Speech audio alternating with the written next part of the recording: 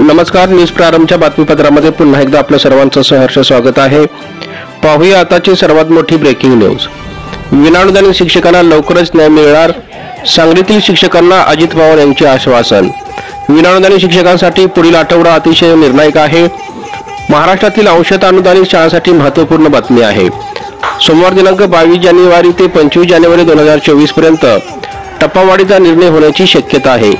20%, 40% व 60% अघोषित व त्रुटीपात्र प्राथमिक, माध्यमिक व उच्च माध्यमिक शिक्षक तथा शिक्षकेतर कर्मचारी यांना टप्पावाढ मिळण्याची शक्यता निर्माण झाली आहे। यासाठी महाराष्ट्रातील सर्व विभागातील 63,000 शिक्षकांनी सोमवारपासून हजारोंच्या संख्येने उपस्थित राहिले पाहिजे।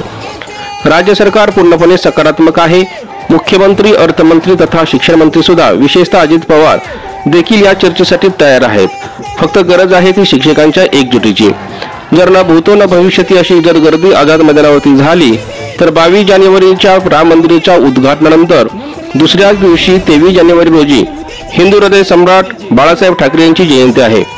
मागील वर्षी याच दिवशी वाढीव टप्पा संदर्भात घोषणा करण्यात आली होती। आता योगायोगाने जर मंगळवारी कॅबिनेट बैठक झाली तर पुढील वाढीव टप्पा 1 जानेवारी 2024 पासून लागू करण्याचा निर्णय होण्याची शक्यता नाकारता येत नाही।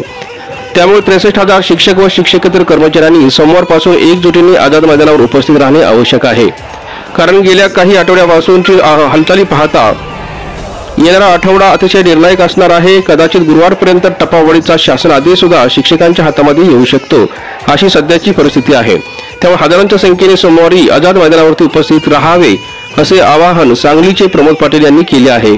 दरम्यान सांगली जिल्ह्यातील विटा येथील उर्दू हायस्कूलच्या काही शिक्षकांनी उपमुख्यमंत्री अजित पवार यांची भेट घेऊन आझाद मैदानावर सुरू असलेल्या आंदोलनाची माहिती दिली। यावेळी तुमचा विषय माझ्या कानावर आलेला आहे, लवकरच यावर तोडगा काढला जाईल असे उपमुख्यमंत्री तथा अर्थमंत्री अजित पवार म्हणाले होते।